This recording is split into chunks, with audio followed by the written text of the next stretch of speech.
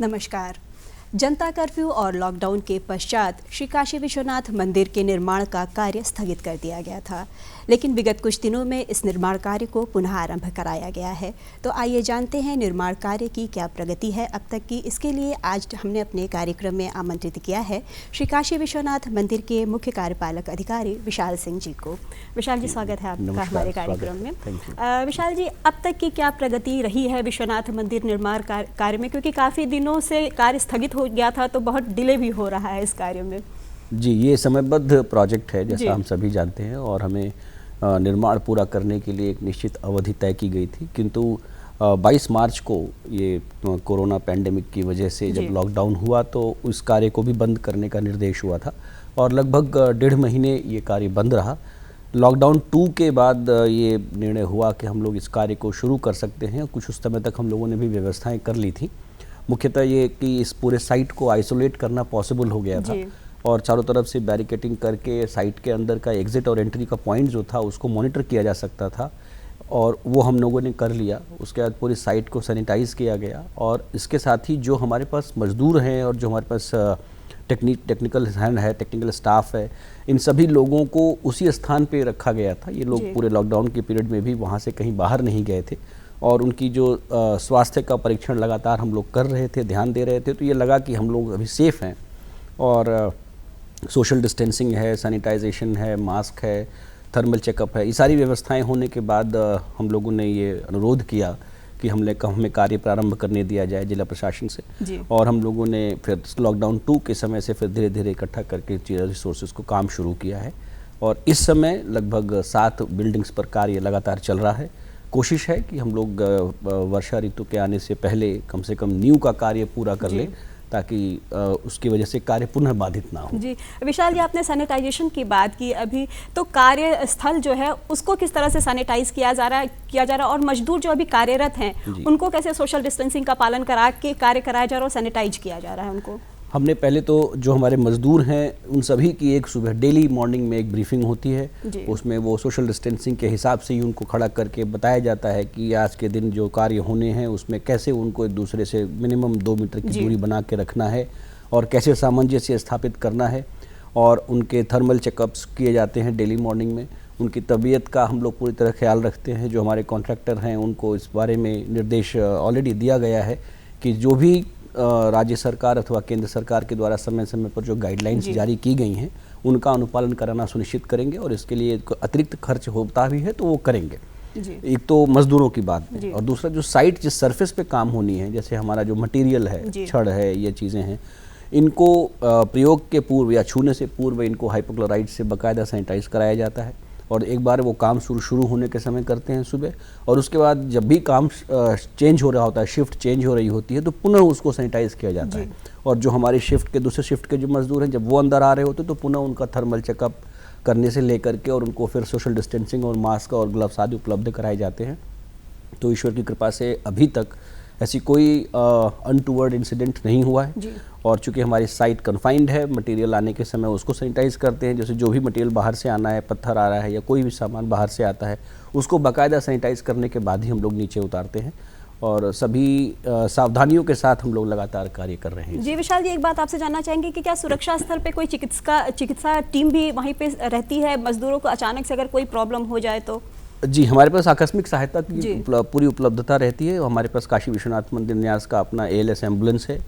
हम अगर कोई तबीयत खराब होगी तो तत्काल उसको हम अस्पताल तक ले जा सकते हैं, निकटवर्ती जो भी हैं, तो वो कोई समस्या नहीं है। साथ ही हम NDRF के सहयोग से अभी हम लोगों ने फिर से वहाँ पर सोशल डिस्टेंसिंग और सैनिटाइजेशन, कोविड-19 के समय किन किन चीज़ों का ध्यान रखना चाहिए, क्या इसके प्रमुख सिम्टम्स हैं और अगर ऐसा कोई सिम्टम महसूस होता है तो क्या करना चाहिए, इन सभी चीज़ों की जानकारी मजदूरों को समय समय पर हम लोग देते रहते हैं और इसका पूरा इंतजाम रखते हैं। जी विशाल जी, अभी कुछ न्यूज़ में कुछ दिन पहले ये सुनाई पड़ा और अभी भी दिखाई दे रहा है, न्यूज़पेपर में हम पढ़ रहे हैं कि सप्तऋषि आरती को लेकर कुछ विवाद चल रहा है, तो उसके बारे में आप क्या कहना चाहेंगे? नहीं, सप्तऋषि आरती के बारे में कोई विवाद नहीं है। जो भी विवाद क्या या मतभेद की स्थिति उत्पन्न हुई थी उस पर निर्णय करा जा चुका है और वो सब कुछ स्पष्ट हो चुका है। सप्तऋषि आरती, जिसको कि पहले संध्या आरती कहते थे, 1983 में जब काशी विश्वनाथ मंदिर न्यास का क्रिएशन हुआ गवर्नमेंट ऑफ यूपी के एक्ट के द्वारा, उस समय के पूर्व की जो व्यवस्था थी उन व्यवस्थाओं में परिवर्तन हुआ, मंदिर का व्यवस्थापन के लिए सरकार जिम्मेदार हुई और यहाँ पर मुख्य कार्यपालक अधिकारी की पोस्ट क्रिएट की गई, जहाँ पर कि सरकारी अधिकारी तैनात होने लगे। उसके पहले संध्या आरती की जो एक प्रथा थी, और संध्या आरती जिसका कि शिलापट भी मंदिर में लगा हुआ है, तो संध्या आरती शाम को होती थी और इसके बाद श्रृंगार और शयन 2 आरतियाँ होती थी। तो ये तीसरी आरती दिन भर में होती थी। इस आरती को जो लोग करते थे वो कंट्रीब्यूशन के बेसिस पे करते थे। 1983 में मुख्य रूप से ये तय किया गया होगा तत्कालीन मुख्य कार्यपालक अधिकारी के द्वारा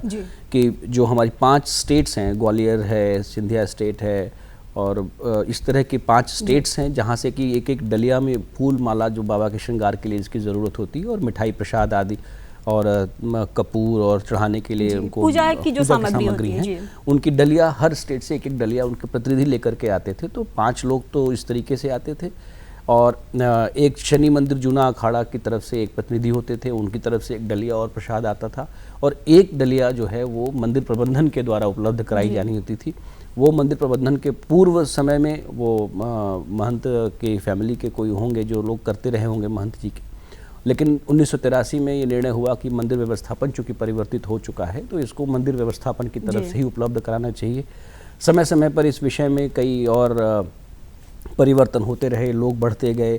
और अभी जो ऐसा कोई जिसको कहा जा रहा है कि विवाद है, ऐसा कोई विवाद है नहीं। और वो जो विभिन्न स्टेट के लोग हैं वो पुश्तैनी, उनका कहना है कि पुश्तैनी चले आ रहे हैं, उनका कोई ऐसा रिकॉर्ड या कोई ऐसा डॉक्यूमेंटेशन कोई ऐसा उपलब्ध नहीं है कि उनको नामित किया गया है अथवा नहीं, और किस सब स्टेट्स का भी कोई ऐसा बहुत ज़्यादा रेलेवेंस नहीं रह गई है। बट फिर भी हमने उन प्रथाओं के हिसाब से जो लोग पहले आरती करते थे, उन डिफरेंट स्टेट्स के नामित लोग थे, उनको शामिल करते हुए और मंदिर के जो हमारे विद्वान आरती होती है वो चल रही है, लगातार चल रही है। अफवाह उड़ाने की कोशिश भी की गई बीच में कि आरती बंद हो गई है बाबा की, जो कि ऐसा नहीं है। किसी भी दिन आरती ना बंद हुई, ना आरती में कोई ऐसा व्यवधान है और मंदिर के हमारे जो अर्चक हैं वो टोटली क्वालिफाइड हैं और कई कई वर्षों से वो इसी कार्य को कर रहे हैं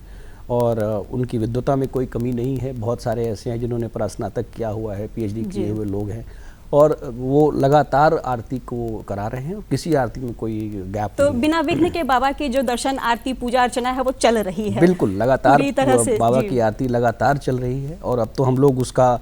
थोड़ा सा जो अफवाहें क्रिएट हुई इस वजह से हम लोगों ने उसका प्रचार प्रसार भी बढ़ाया है। मंदिर के सोशल हैंडल्स पे, हमारे पोर्टल पे लाइव दर्शन संभव है, मंदिर के ऐप पे लाइव दर्शन संभव है और इसके अलावा जो सोशल हैंडल्स हैं उस पे हम हर बार आरती की फोटोग्राफ्स, आरती की वीडियोस भी पोस्ट करते हैं बाबा के श्रद्धालुओं के लिए। जी विशाल जी, आम जन के लिए मंदिर कब से खुलेगा दर्शनार्थियों के, श्रद्धालुओं के लिए कुछ ऐसा कुछ टाइम पीरियड किया गया है क्या? देखिए ये इस तरह का निर्णय है कि ये इस पे कोई भी निर्णय कि मंदिर को खोलना है अथवा नहीं, इसके निर्णय तो शासन स्तर पे या पूरे राज्य सरकार के लिए ही शायद संभवतः किया जाएगा, पूरे सभी मंदिरों के लिए राज्य के। हमें इस तरह का कोई निर्देश अभी तक कहीं से कोई प्राप्त नहीं है। 17 तारीख तक लॉकडाउन है तो हो सकता है 17 तारीख के खत्म होते होते तक कहीं से कोई निर्देश अगर ऐसा मान लीजिए प्राप्त होता है शासन से तो हम लोग तदनुसार कार्रवाई करेंगे और जो सोशल डिस्टेंसिंग या जो भी गाइडलाइंस जिसके माध्यम से निर्देश में जब आएंगी तो उनका भी अनुपालन अगर मंदिर खुलेगा तो सोशल डिस्टेंसिंग का पूरा पालन करके जो भी गाइडलाइंस आएंगी गवर्नमेंट से, जो एक्सपर्ट्स होंगे वो अपनी ओपिनियन देंगे कि अगर हम मंदिर खोलते तो हमें क्या करना चाहिए कि रोग ना फैले या कोविड-19 के पैंडेमिक को कंट्रोल किया जा सके, तो जो गाइडलाइंस आएंगे उन गाइडलाइंस के हिसाब से हम लोग कार्रवाई करेंगे। विशाल जी, लॉकडाउन के दौरान मंदिर ट्रस्ट की ओर से बहुत से सामाजिक कार्य भी किए गए हैं, सूखा अनाज, बना हुआ अनाज खाना लोगों में वितरित किया गया है, तो इसके बारे में क्या कहना चाहेंगे आप? बड़ा समसामयिक सा हो गया वो, जिस समय हमारे अन्न क्षेत्र का उद्घाटन काशी विश्वनाथ मंदिर न्यास के अन्न क्षेत्र का उद्घाटन माननीय प्रधानमंत्री जी द्वारा यहाँ अपनी अंतिम विजिट में उनके कर कमलों से हुआ और हम लोगों ने बड़े उत्साह के साथ अन्न क्षेत्र प्रारंभ किया, ये संकल्पना जो उनकी थी, और हम लोगों ने श्रद्धालुओं के लिए भोजन उपलब्ध कराने की व्यवस्था शुरू करी। लेकिन तब तक ये लॉकडाउन की स्थिति उत्पन्न हुई और माननीय मुख्यमंत्री जी ने ऐसा निर्देश किया कि हमें शायद इस लॉकडाउन की पीरियड में मंदिर को अपने कार्य क्षेत्र को बढ़ाना चाहिए और केवल इसको धर्म से जोड़ कर रखना शायद उचित नहीं, हमें सामाजिक कार्यों में भी आगे आना चाहिए। और हम लोगों ने उसी समय से बना हुआ राशन का पैकेट जो था, क्योंकि उस समय शुरुआत थी लॉकडाउन की, बहुत भारी संख्या में लोग फंसे हुए थे बस स्टेशन पे, रेलवे स्टेशन पे, बहुत सारे लोग यात्रा में थे, ट्रांजिट में थे। बहुत से ऐसे मजदूर थे जो रोज कमाते जी थे, बिल्कुल, रोज बहुत खाते डिस्ट्रेस थे। का जी, पीरियड था जी। शुरुआती दौर पे, और उनको भोजन के लिए जो सुबह से शाम तक काम करने के बाद शाम की अर्निंग से खाते थे, ऐसे लोगों के लिए फिर हम लोगों ने ये व्यवस्था शुरू करी। जी। और आज इस समय तक हम लोग यहाँ लगभग 1.5 से 2 लाख लोगों तक भोजन का पैकेट पहुँचा चुके हैं। इसके साथ साथ हम लोगों ने राशन भी बांटना शुरू किया, डोनेशंस मिली, ऐसे लोगों ने राशन पैकेट बना के दिए। मुख्य रूप से एक आर्ट ऑफ लिविंग संस्था है जो श्री श्री जी की, उसके माध्यम से मैं राशन के पैकेट्स में उनके श्रद्धालुओं द्वारा इन सभी राशन के पैकेट्स को हम लोग जहाँ से डिमांड आती थी, जहाँ से आवश्यकता प्रतीत होती थी, वहाँ से उपलब्ध कराते थे। खाने के पैकेट का भी डिस्ट्रीब्यूशन के लिए जिला प्रशासन को भी हम लोगों ने लगभग 4000 पैकेट्स पर डे उपलब्ध कराते हैं वितरण के लिए। और खाने के साथ साथ इनके साथ साथ हमें कई और ऐसे ऑफर्स आए, जैसे हम लोगों ने श्रद्धालु के माध्यम से महिलाओं को अपना जो उनका हाइजीन पैक है वो उपलब्ध कराया, mask sanitizer and personal hygiene also, वो माताओं बहनों के लिए हम लोगों ने बड़ी संख्या में बांटा। फिर हम लोगों ने बहुत सारे आयुक्त महोदय के माध्यम से बहुत सारी चॉकलेट्स, बिस्किट्स, इस तरह की चीज़ें भी उपलब्ध हुई जो बच्चों को बांटा हमने। फिर एक मुथूट ग्रुप के माध्यम से हम लोगों ने एक बच्चों के लिए एक विशेष कार्यक्रम किया, और उसमें क्रिएटिविटी उनकी बढ़ सके, वो बोर ना हो और रचनात्मकता और पॉजिटिविटी बढ़ाएं अपने अंदर इस दौरान। इसके लिए हम लोगों ने कार्यक्रम किया, छोटा अपना वीडियो बना के वो मंदिर के वेबसाइट पर अपलोड करते हैं, और उसके बाद उनको एक गिफ्ट हैम्पर मुथूट की तरफ से दिया जाता है। ये पर अभी भी ये योजना लगातार चल रही है। तो सभी सेक्शंस को समाज के हम लोगों ने टच करने की कोशिश करी। तो ये कह सकते हैं कि जो निर्माण कार्य अभी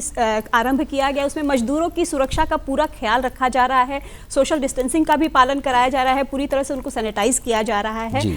विशाल जी, आप अपना कीमती समय निकालकर हमारे दर्शकों को अपनी अच्छी जानकारी दी, इसके लिए आपका बहुत बहुत धन्यवाद। Thank you.